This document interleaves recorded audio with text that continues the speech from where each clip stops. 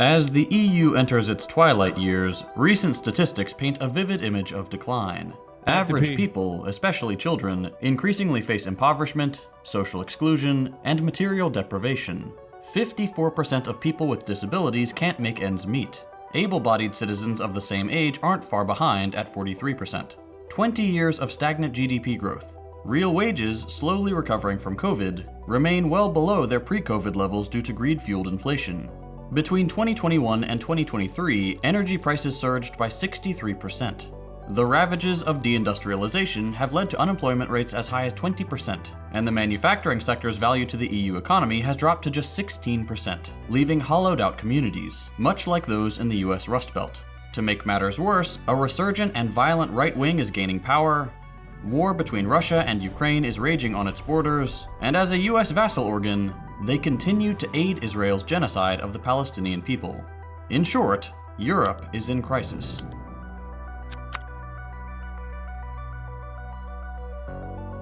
In this episode, we'll take a look at why this is happening and what it means for the future of Europe. Before we answer that, we'd like to take a quick moment to thank this episode's sponsor, Aura. As you all know, we make political content here and on our other channels. Unfortunately, that means some people don't like us very much. These days, a quick Google search is all it takes to find someone's personal information. Data brokers sell your information to scammers, spammers, and anyone else who may want to target you. Your full name, email, home address, health records, your relatives, it's all readily available for those who want to find it. That's why I've been using Aura to help keep my private details private. Aura shows me which data brokers are selling my information and automatically submits opt-out requests for me. This not only cuts down on the amount of spam I get, but also helps me keep all my accounts safe from bad actors. I'll give you a real-world example.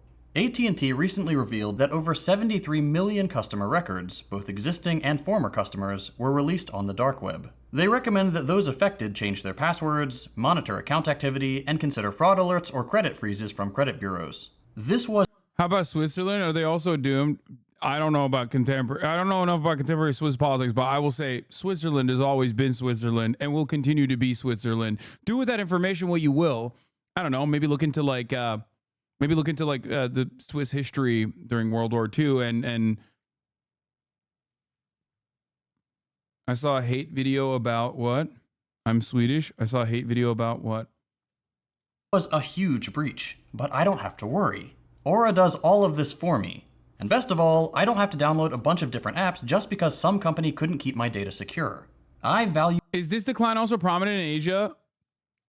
Again, not something that I'm super knowledgeable on, but as far as I will say, Asian countries are, I mean, depending on which country you're talking about, like Japan has been relatively stable for quite some time, but stable in the direction of capitulation to American imperialism.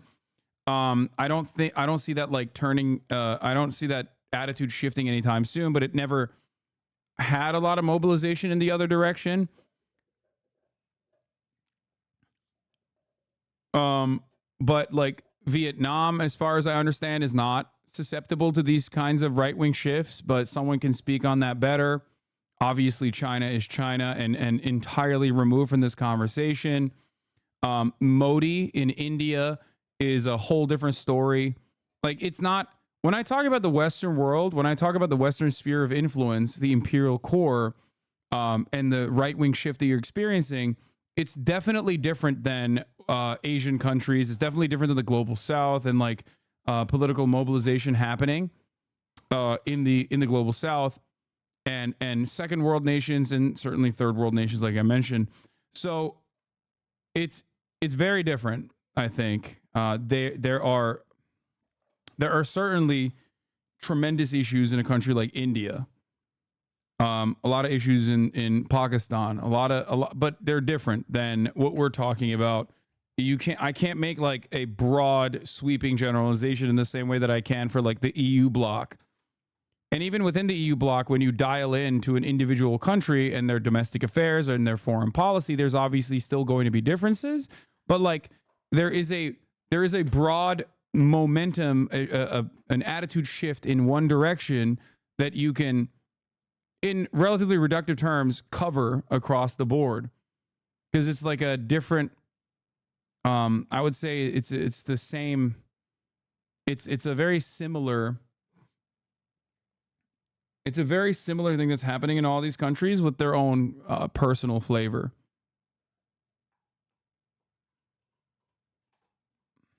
Value my privacy, and I'm sure you value yours. You can go to aura.com/firstthought to start your 2-week free trial, no strings attached. Try it out, and I promise you'll appreciate the peace of mind. Support the show and protect your valuable data by signing up today at the link below. Following World War II, European countries grappled with shattered infrastructure, volatile currencies, and verged on total economic collapse. What is this? The economic resurrection of Europe was intricately tied to American aid, most notably through 2 main instruments. First, the Bretton Woods Agreement. What is this? Oh, I know. I just think it's funny that Hasan brought up France and then said basically the same exact thing I've been trying to explain to Mangoster. Once again, it's sad. I understand the politics of my homeless country is better than he does. What? Okay, you guys are just having a conversation. Share with the rest of the class. No more personal conversations happening in the chat. Stop having a private conversation. What are you exchanging? What kind of notes are you exchanging in the chat right now? It's lecture time. We're learning about why Europe is doomed. Okay, pay attention. Established a fixed exchange rate system with the US dollar. This had a stabilizing effect that allowed businesses to engage in cross-border trade with confidence. And second, the Marshall Plan, officially known as the European Recovery Program, a bill touted by President Truman and passed by Congress which directly transferred $13.3 billion, or $173 billion today, to European countries to fund the rebuilding of factories, the improvement of transportation networks, and the revitalization of industrial production. This immense financial infusion, while crucial for reconstruction, forced European nations to cede an uncomfortable amount of control over their monetary policy to the United States. This left them unable to adjust to changing market forces by, for example, devaluing their currencies to stimulate their economy. The end result was Europe relying solely on the US dollar. Originally conceived under the influence of Cold War paranoia surrounding supposed Soviet expansionism, NATO's own expansionary trajectory over the decades has only served to deepen US entanglement in European politics and unnecessarily stoke tensions with Russia. From its inception in 1949, the bloc has been expanding aggressively, eventually including former Warsaw Pact countries and even non-aligned states like Sweden and Finland, which joined in 2023. NATO, dominated as it is by American military power, has left European nations heavily reliant on US military capabilities for their defense, leaving them little more than vassal states under American protection. Yeah, it's a very effective way of neutering the sovereignty of a nation, which ironically enough, France was one of the few European countries that was very critical of this kind of involvement. At the time, obviously it's very different now, but at the time, especially during the Cold War, a lot of European countries personally thought that a NATO involvement would put the crosshairs on them at the behest of the United States of America. It's not like the USSR is readily available and easy to fucking nuke mainland America, but they can very easily send ICBMs to them.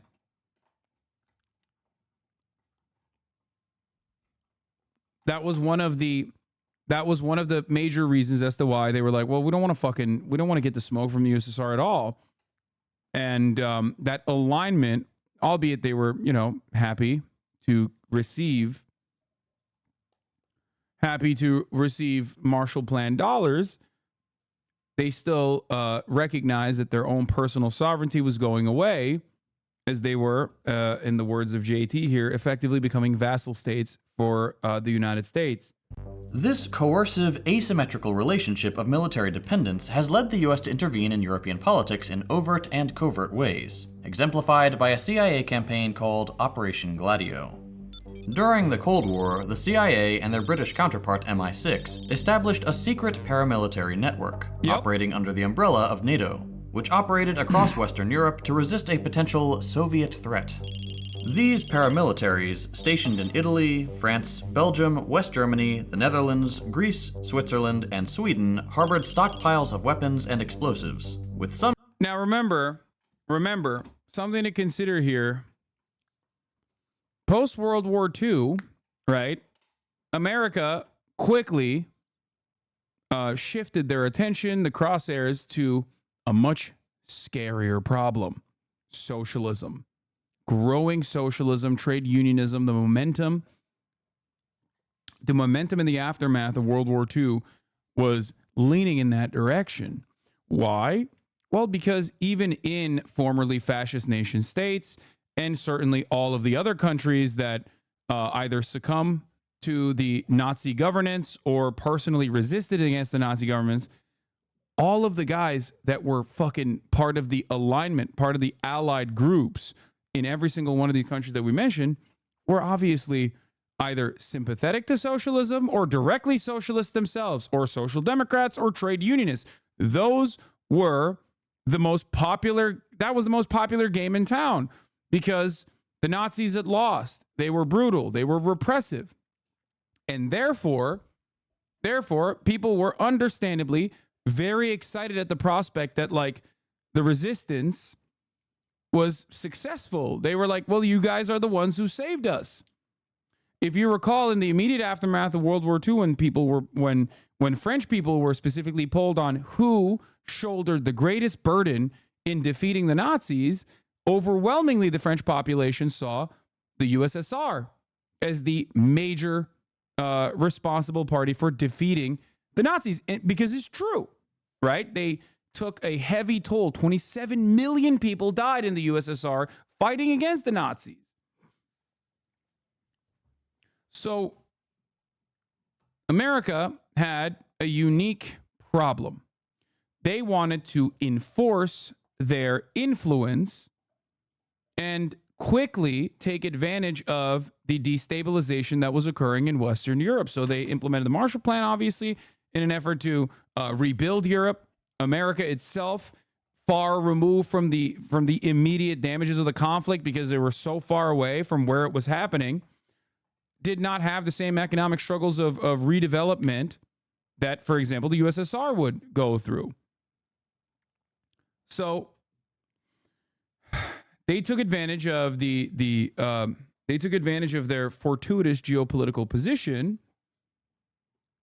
and started implementing certain policies in Western Europe, rebuilding Western Europe, while still simultaneously recognizing that there's a lot of these like socialists and trade unionists in positions of prominence now. So they wanted to defeat their influence, and maybe even in some instances, they wanted to kill them or cause chaos in general with acts of terrorism. So who, if you are class, chat, if you are an American general, if you are a part of the American State Department and you see communism as the great evil, okay, perhaps an even greater evil than the Nazis, right? And you see these fucking disgusting little pinko red commies being celebrated as champions, right? Who do you go to fight against them? Who were the best anti-socialist fighters? If you said fascists, well, you'd be right. That is exactly who was the best anti-socialist, anti-communist fighters in all of these countries. The fascists that didn't get killed, or the fascists that, didn't withstand any kind of serious scrutiny. They were still around. Their children were still around. So what did America do? Through NATO, they put anti-communist fascists to task. Started giving them weapons, started causing them to stockpile weapons in general, started giving them directives, and even in certain instances, directly training them. There is no better example of this than the very public, broad daylight fascist promotion of power in West Germany. Almost every single NATO commander from Western Germany were directly involved. Okay, were directly involved in the Nazi regime, some of which were prominent members that didn't even participate in the plots against Adolf Hitler, mind you. Like, we're not talking about people who were like, man, this Adolf Hitler guy, Adolf, he's going a little bit too far. Yeah, maybe we should kill him. Like, not those generals. I'm talking generals who were like, yes, we love the Adolf. He was very good, misunderstood, yeah. Lebensraum is just living space. That kind of shit. Those kinds of generals were put into positions of power in NATO. And it's not like this is hidden. This is not something that was done in secrecy. This was something that was done in broad daylight. You can Google it. Look up NATO. Look up page denied. What is this? Comptroller General of the United States. Nazis and Axis collaborators were used to further anti-communist objectives in Europe. Some immigrated to the United States.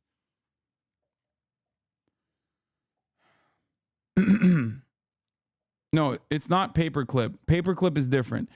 Operation Paperclip was taking German scientists, Nazi scientists, and bringing them to the United States that played a formative role in the development of NASA because of their rocket propulsion technology. And the USSR had their own version of that as well. What we're talking about is Gladio. Yeah, Adolf Heusinger is who I'm talking about, of course. A Nazi military officer whose career spanned the German Empire, the Weimar Republic, Nazi Germany, and West Germany, and NATO.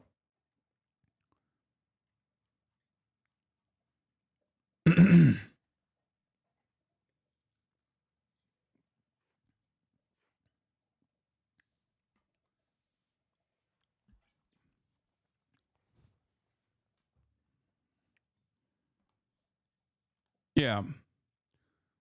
History.net. These NATO generals had unusual backgrounds. They served in the Third Reich. The second worst Adolf H. Yeah, not the big guy. Some caches remaining unaccounted for even after decommissioning. What did they need stockpiles of weapons and explosives for? To enable right-wing terrorists to carry out attacks which were blamed on non-existent communist militants. The numbers are horrific. Between January 1st, 1969 and December 31st, 1987, there were 14,591, quote, acts of violence with a political motivation. Oh, and by the way, that number is for Italy alone.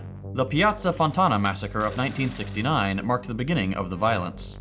This stuff was pretty violent, pretty gruesome. They also collaborated with the Italian Illuminati at the time, which is pretty interesting and funny considering that it's considering its prescience and its importance in contemporary Italian politics, considering that even Berlusconi, the Italian Freemasons, yeah, the mob, the Italian Freemasons, and even someone like Berlusconi was directly linked back to Freemasons, not Illuminati. Sorry, not Illuminati, the Freemasons. Even Berlusconi himself was a member. The bomb in Milan killing 16 people and injuring 88. This was followed by countless other attacks. The Petiano attack in 1972 killed 3 military police officers in a car bomb explosion. The 1974 Brescia bombing, which targeted an anti-fascist demonstration, resulted in 8 deaths and over 100 injuries. Later that year, the Italicus Express bombing killed 12 and injured 48.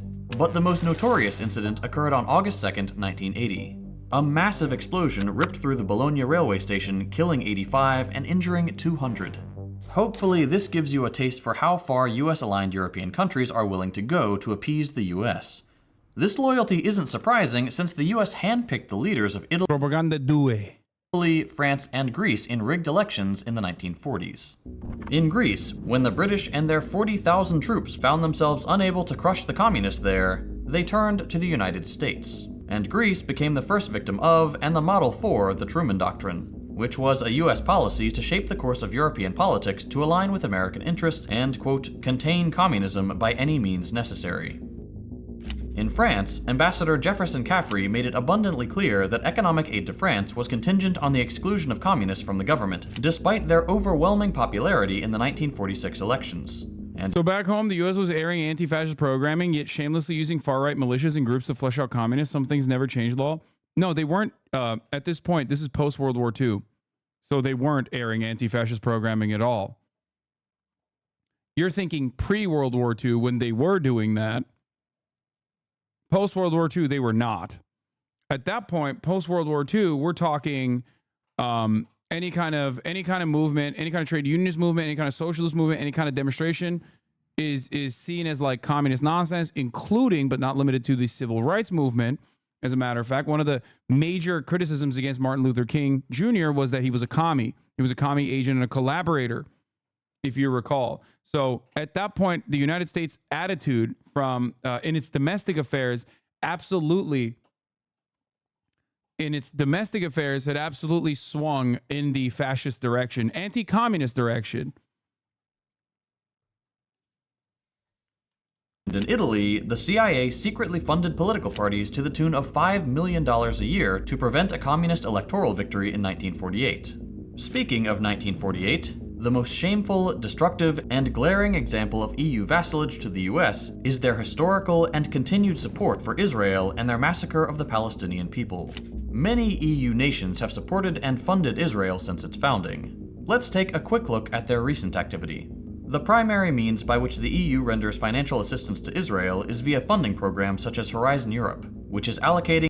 For the record, one thing to understand from the chaos in Italy at the time, Operation Gladio wasn't just about like making it unsafe to be an open socialist in a whole ass other country or a trade unionist or even a fucking social democrat. Like if you were center left, you were in the crosshairs of these scumbags, right? We're not talking about like dudes who are straight up card carrying Communist Party members. We're talking anyone and everyone. And this is, by the way, identical to Indonesia with the Jakarta method, identical to every other area where the United States was ever involved in the affairs of a foreign nation. It was about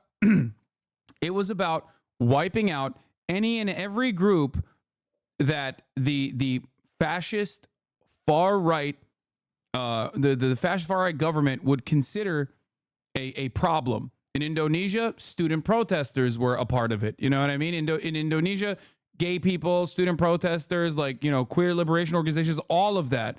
It was all encompassing. So that's also something to consider as well. Trade unionists were massacred, slaughtered, but it wasn't just about making it unsafe to be anyone that was like even center left. It also was about creating an environment that was unsustainable, very volatile, because like a lot of that violence, especially because it was being done by like these random groups, who knows who's doing it, would then lead governments to take additional action. Because then the people would be like, well, what the fuck's going on? There's explosions happening all the time. Bring in the fucking police force. You know, create an environment of sustainability, create an environment of safety. What the fuck is your job? Your job is to do that, right? So basically, in that situation, the governments would then take aggressive action, maybe even martial law in certain instances, to create a safe environment, which then would, of course, lead to even more direct, aggressive legislative action against those who were perceived as enemies of the American state, collaborators of socialists. Okay? So I guess this is part of the reason why, for those who are uninitiated, for those who are new here, this is part of the reason why I'm very anti-NATO. I am Turkish myself, of course. This another reason, because I saw this exact same kind of violence and these exact same type of actions being conducted in my country as well, in my country's history, played a very prominent role. But not only that, but also, this is why I say, these are the reasons as to why I say America, a lot of promise, but ultimately doing a lot of bad historically. Okay? And that's important to consider, because a lot of people I see online that get clip chimped into oblivion thinking that I'm like, I'm a campist, or I simply am like anti-America for no reason. Rarely ever understand why I'm taking these positions. And I guess they're not well read on America's actions during the Cold War. So they personally think that there is no real valid reason as to be critical, as to why I'm critical of the United States and its actions. They think that it's just like, oh, I just hate America.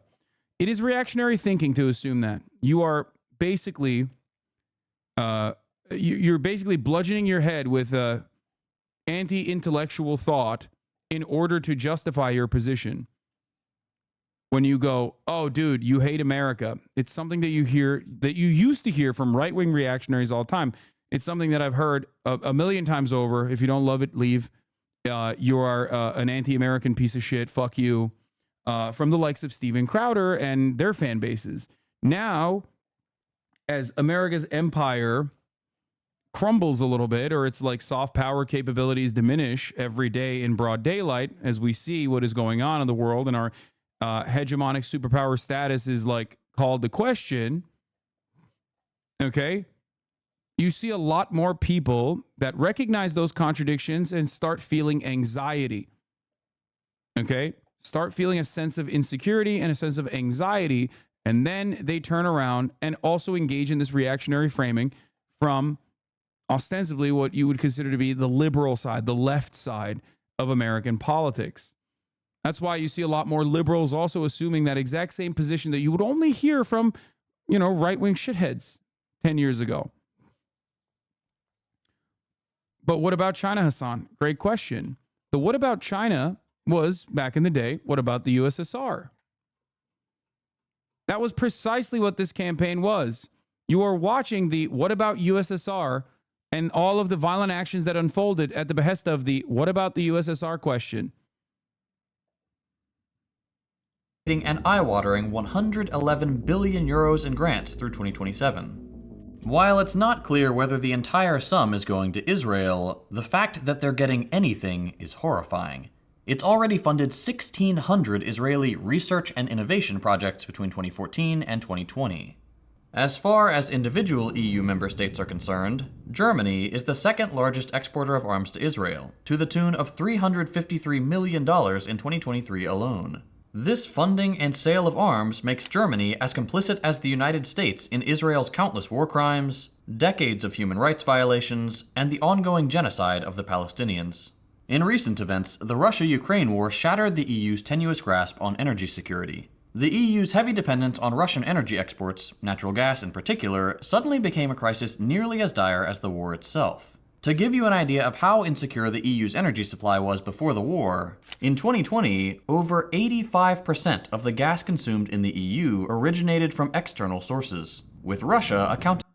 Why are some right-wingers of the USA anti-NATO then? Oh, dude, the easiest question of all time, easiest answer of all time. They're fucking stupid. That's it.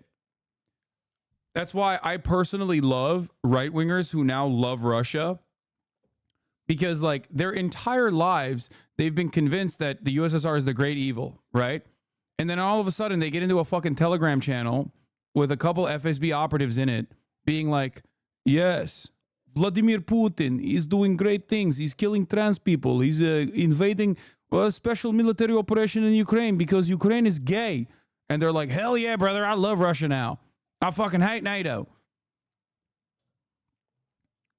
Yeah. Like imagine going against your entire lives social programming on a whim because a couple dudes told you that like Russia is also anti-gay. Like you have to be the absolute dumbest person on the fucking planet to get duped that way. And many right-wingers are that fucking stupid.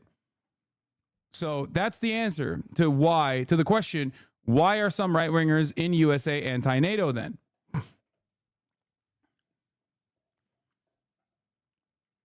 It's pretty funny, in my opinion. Like, imagine being this reactionary freak your whole fucking life, thinking that the USSR is coming to get you, okay? The Red Scare. And then turning around and on a whim being like, actually, no, Russia is awesome now. And that's why I'm anti-NATO. Because if you're right-wing, you should love NATO, right? I mean, it's like American dominance. There's no greater example of like pure American dominance. There's no better way for America to reassert its power position as the hegemonic superpower on the planet than like 400 fucking military bases that we know of all around the globe, some of which feature American nukes. Right? And then all of a sudden turning around and being like, all of that social conditioning gone because now I think Russia is anti-gay. Awesome.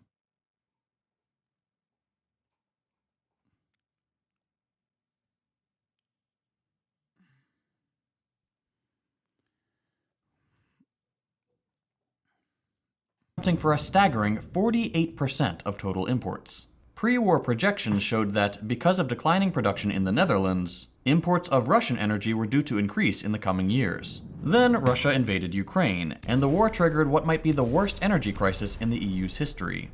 Within days of the invasion, supply disruptions caused crude oil to soar past $130 per barrel, an astonishing 50% increase compared to pre-war levels. Natural gas, a critical fuel source. So you're anti-NATO for the same reason that dumb Republicans are, because you're a foe? Yes. For European heating and power generation. Isn't their position more nuanced than anti-gay for Republicans that were literally anti-Russia because they thought that Russia was a continuation of the USSR their whole fucking lives since like at least the 90s, to turn on a dime in the last 4 to 8 years and be like pro-Russia? No, their position is not more nuanced than anti-gay. I don't think. I think their position unironically is like they were always anti-Russia. They were told to be anti-Russia, so they were always anti-USSR, anti-Russia, and now, you know, their attention span and their lack of object permanence has caused them to be pro-Russia now.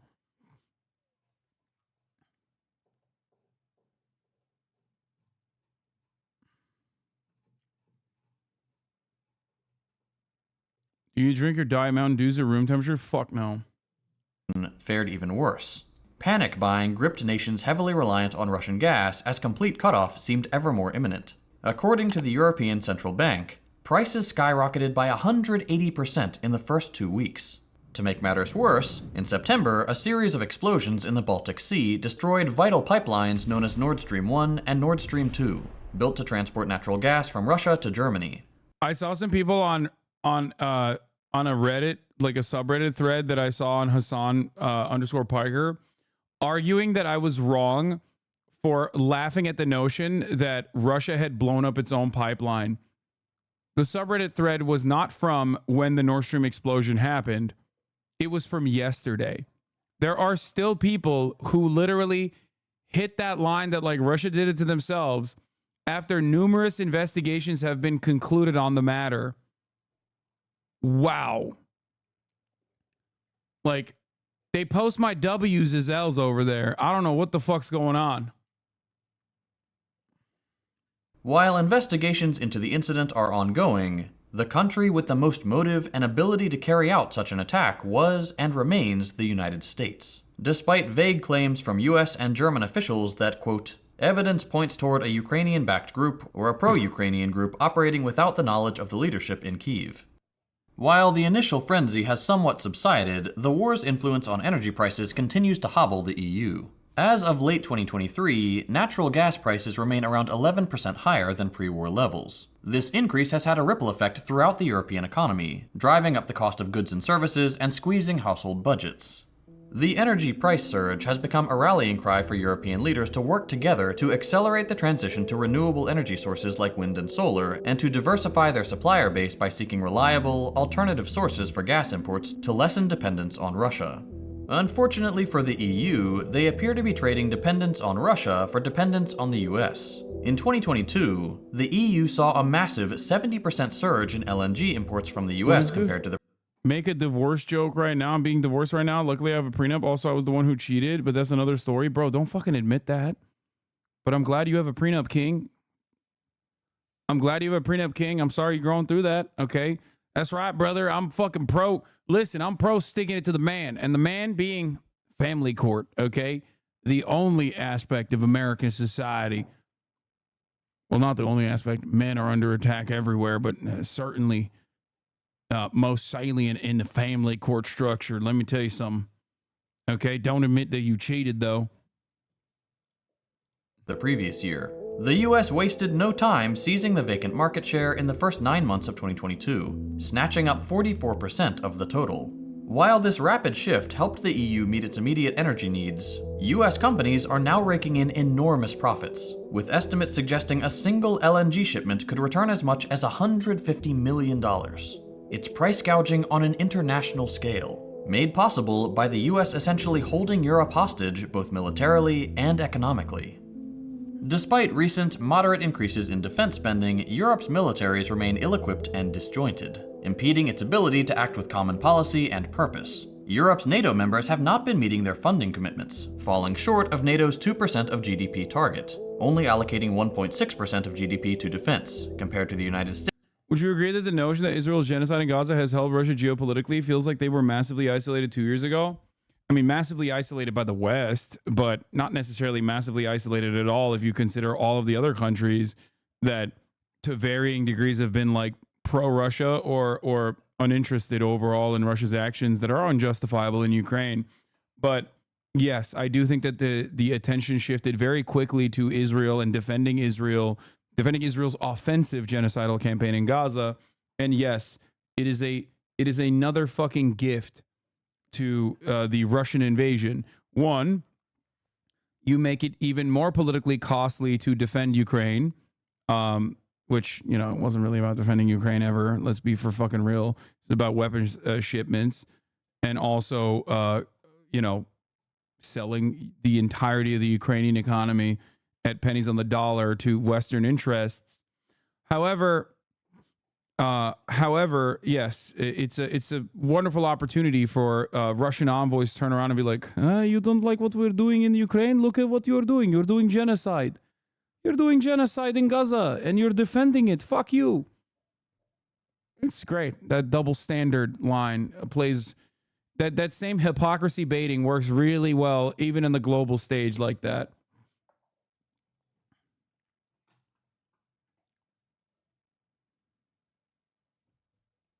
Yeah. Hypocrisy baiting. States is 3.5%. This funding disparity leaves Europe's defense largely up to the US. Funding deficit. The West didn't even do a good job of isolating Russia. Japan continued buying oil, and France and Spain are still buying gas from Russia. Yes, because at the end of the fucking day, obviously, Europe is not going to be like, yeah, we're going to starve and fucking allow our population to die in the cold. Yeah, no shit.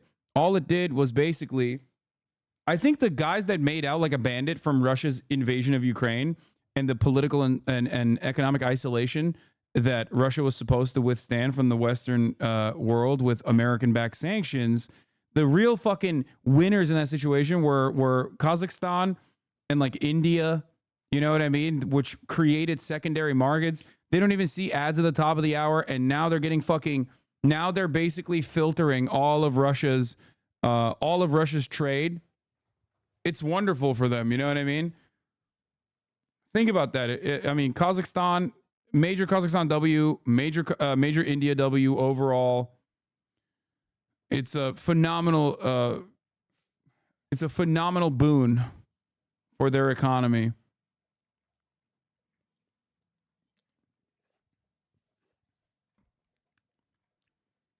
But you know, at least you can feel like you are a Kazakh chatter getting a W if you subscribe for $5 or for free. You know what I mean? Because at the top of the hour, there's a 3-minute ad break.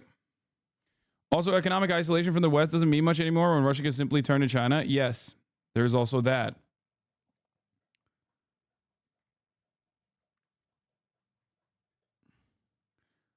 Anyway, here's the 3-minute ad break now. You can also subscribe for free with a Twitch Prime, by the way.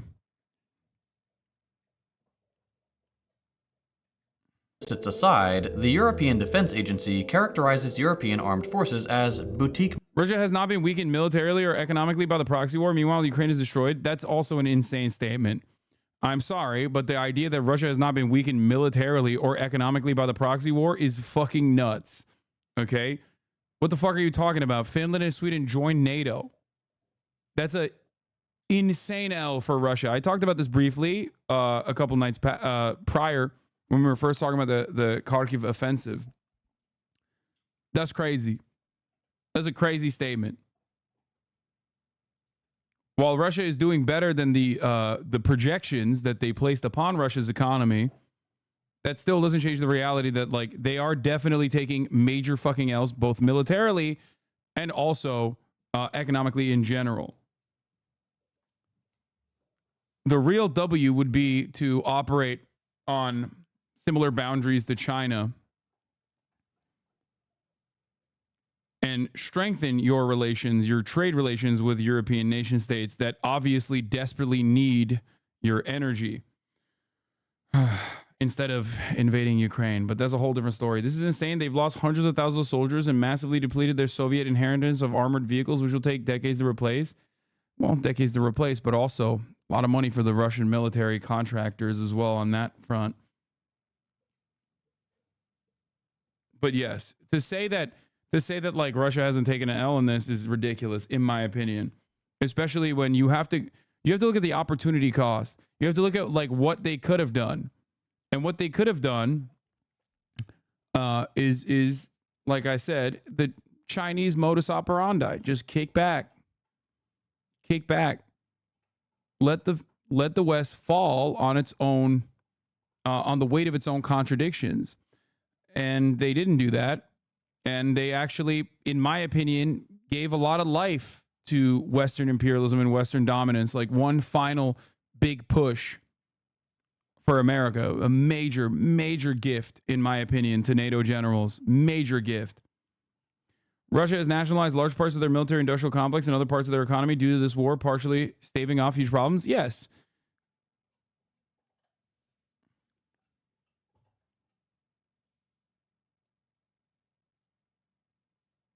Putin and Zelensky just need to do a podcast with Bill Maher. Exactly. He would fix that shit.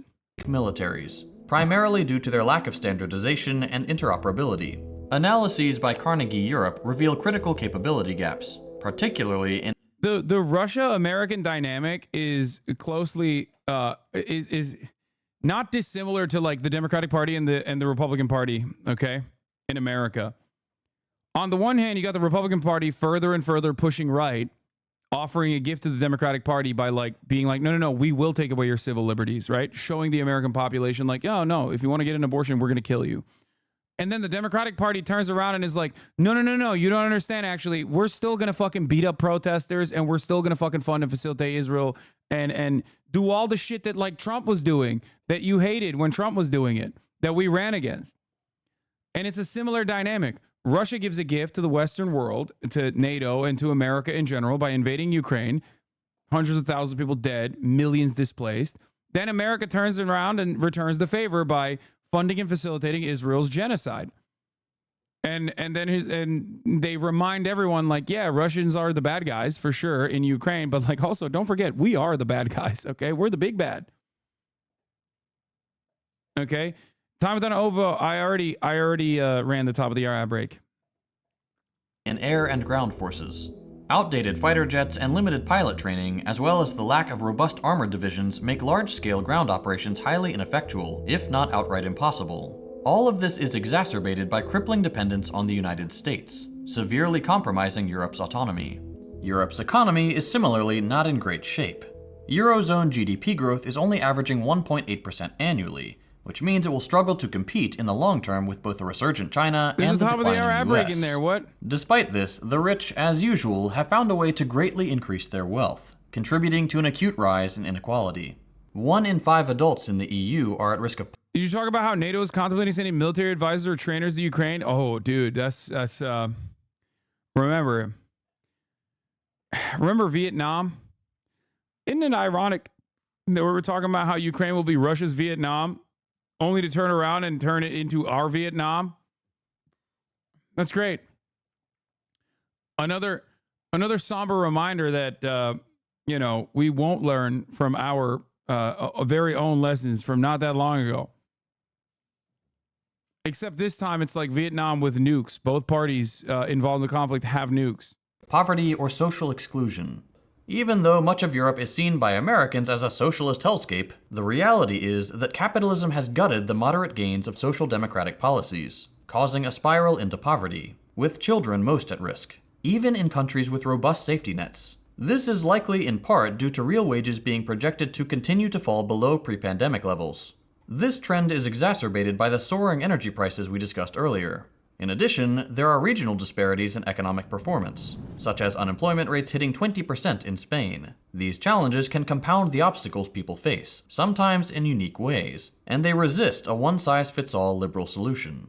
Thanks to US meddling and decades of Western imperialism, the EU is currently seeing an influx of millions of refugees from conflict zones and unstable regions all over the world, including Syria, Afghanistan, and Ukraine. In 2023, asylum submissions rose by 18% compared to 2021, reaching 1.2 million applications, most of which came from Syria and Afghanistan. And that figure doesn't include the backlog of some 883,000 applications. Some say this is fitting, given that the EU and its overlord, the US, have destabilized many of these very regions and produced these refugees. In addition to those fleeing unlivable conditions, the EU received a whopping 5.1 million immigrants in 2022, a 117% increase from 2021. As a result, the EU has seen the rise of racist and violent right-wing movements in several member states, including Poland, Hungary, and Germany. These fascists trot out the same tired arguments framed with populist rhetoric about immigrants being a burden on the state, unable to culturally integrate, and taking jobs from citizens. Okay, so far, things look pretty grim for the EU, but there are silver linings. First and foremost are the EU's attempts to improve relations with China by making economic ties the cornerstone of the relationship. While daily trade exceeds 2.3 billion euros, the EU has a substantial trade deficit of 400 billion euros, highlighting the asymmetrical nature of the partnership. The EU is seeking to address this by working with China to allow more market access for EU businesses, and China is already taking steps to accommodate. European companies say they often encounter restrictions when entering certain sectors and struggle to compete with local firms, which is a little funny considering their love of the free market. Additionally, they're working on creating an agreement governing intellectual property. This is so funny. America said the exact same thing yesterday. And I was with Jank in the car going to the commencement. And I was like, bro, who do you think said this? Joe Brandon or Donald Trump? Joe Brandon came out with a fucking statement on Twitter where it was like, China's cheating with their government subsidies, and that's why we're doing tariffs to make sure that nobody in America gets hurt by the cheating Chinese ever again. And it was like, bro, what do you mean they're cheating? The Chinese government and their subsidies. Rights and their enforcement, as the EU has expressed concerns about China's approach and claims it hinders innovation and investment, something which is not reflected in the data, but nonetheless China has expressed willingness to discuss. Instead of banning apps and warmongering as the US would prefer, what I would like from the Biden administration is what many people have suggested before me as well, which is that I have no issues with subsidies to American corporations, not at all. As a matter of fact, something that I always say is that I want America to be more like China, not on the repression of civil liberties or mass surveillance front, but instead on even development and rapid urbanization, and also a genuine focus on shifting our attention to renewable energy front, and maybe even foreign policy, okay? Greatly dialing back our violent militant nature in our foreign policy. Those are the things that I wish America would copy China on. Trains everywhere, for example.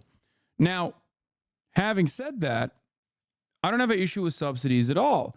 That's why I have talked at great length about like Elon Musk back in the day, telling you that I wanted him to be the perfect beacon for this kind of thing. Like he basically, he was set up to be a phenomenal champion for the correct kinds of subsidies. And yet he became this like right-wing shithead. Okay. Like what did he do? He focused his efforts on renewable energy, on EVs.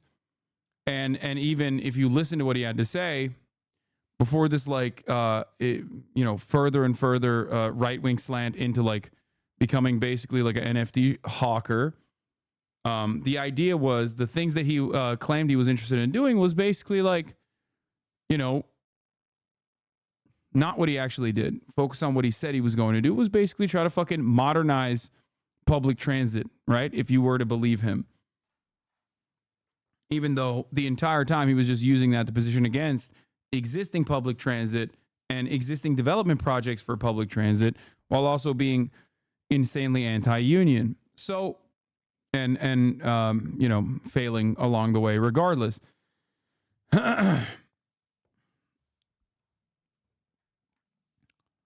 What I'm trying to say is, if the American government was like, we're going to give more subsidies to compete with China to our domestic manufacturers across the board, while simultaneously putting conditions on said subsidies, conditions like unionization, conditions like 51% 51% approval in at the table with alongside the shareholders. Okay, focusing on even I'll use liberal terminology for it. Focusing on stakeholders rather than shareholders. Right, a new way to do capitalism. Things of that nature. Putting conditions such as that on all of the new domestic manufacturing initiatives that were happening in this country would have been infinitely more beneficial.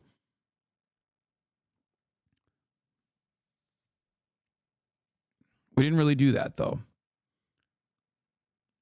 The EU and China are seeking diplomatic solutions to these challenges, the most important being the negotiations for the Comprehensive Agreement on Investment, or CAI. This agreement aims to create a level playing field for businesses on both sides, strengthening intellectual property rights protection and enhancing transparency. Besides wisely seeking better relations with the world's soon-to-be second superpower, the EU is also, albeit slowly, attempting to claw itself out from...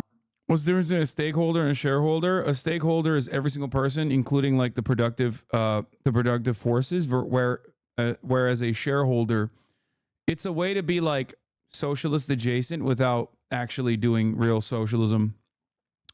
Stakeholders are every single person, including those who are a part of the productive forces. Shareholders are simply those who own capital, those who own shares in the company. Stakeholders are people who are impacted by the decisions of the company. That is not even outside of the boundaries of capitalism, by the way. Like what I'm describing to you was something that under the Trump administration, a bunch of CEOs who saw the writing on the wall promoted. If you recall, there were people writing articles at the World Economic Forum and to the New York Times, like 250 CEOs signed a letter saying, we got to find a new way to do capitalism, to save capitalism. You know? Stakeholders also include people affected by the externalities. Yeah, like a renewed effort, a renewed focus shift on the environmental impact of your output, for example, things of that nature.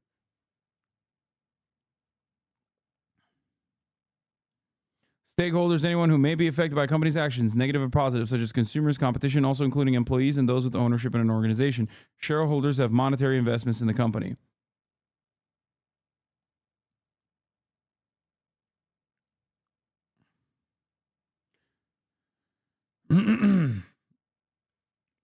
I've heard the term stakeholder is considered problematic. Wait, what?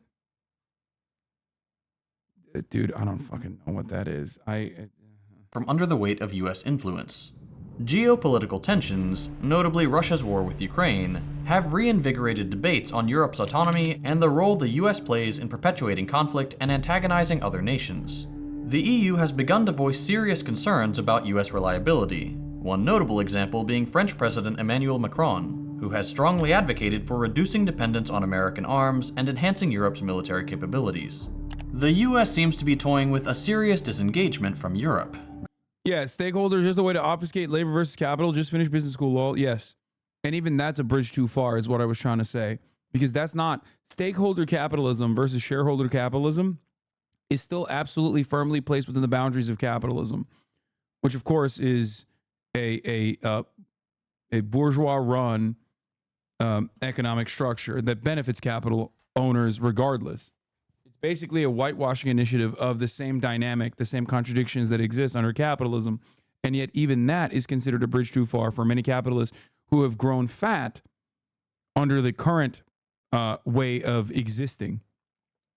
Under our current mechanisms of production, they benefit. They're so used to endless growth and the American government and the Western liberal capitalist nations constantly looking for new markets that they can exploit, constantly opening up new vectors of exploitation by way of imperialism and dominance and the unequal extraction that we engage in with the global South, that they're just like, no, we're not even doing that. Shut the fuck up.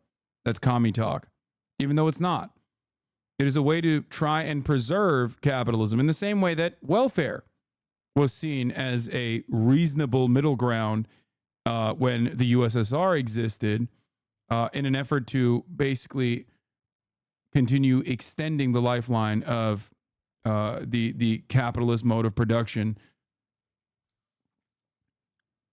Welfare originally was fought hard for. Social safety nets were originally fought hard for by obviously communists, trade unionists, socialists alike, and it unironically gave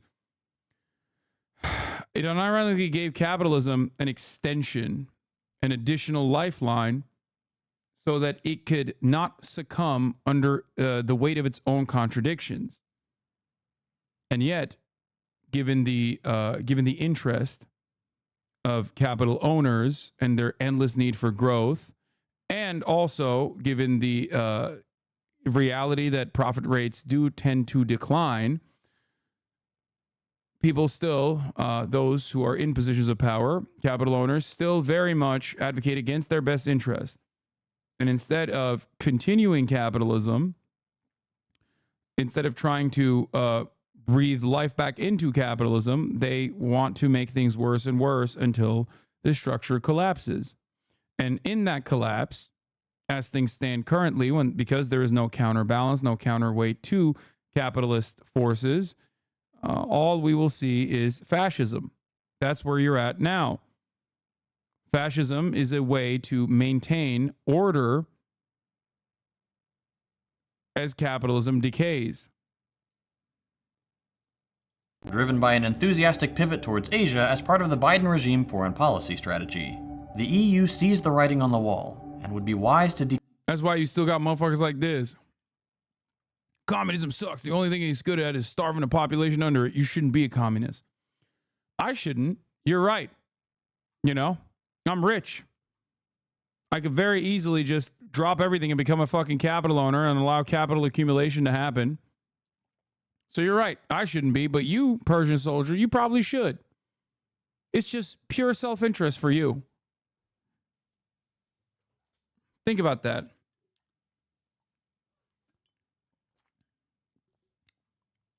decouple itself from an increasingly unstable and violent United States. Episodes like this one are made possible thanks to our generous patrons. Motherfuckers would be like, bro, communism is so bad. It means bread lines and no food, right? As the guy saying that is literally like one accident removed from fucking permanent medical debt, and also not being able to put food on the fucking table forever. Sick, man. Thank you. Communism embraces totalitarianism. Yeah, no, totally. You're absolutely correct on that. First of all, communism has never existed on the planet unless you're talking about primitive communism, you know, that far predates all other mechanisms of production that we have tried and have failed to keep alive. But the idea that like we've had communism and that communism embraces totalitarianism is laughable. I think you're talking about the socialist project of the Soviet states, which never arrived at communism at all.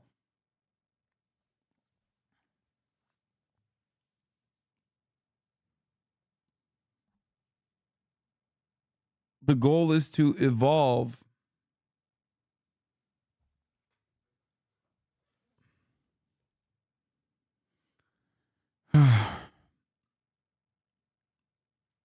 anyway. Communism and socialism seems good, but goes against human nature. Yes, thank you, dude. The elementary talking points that I've definitely never actually encountered before in my entire life as a champagne socialist myself, publicly so for the past, almost a decade. Yeah.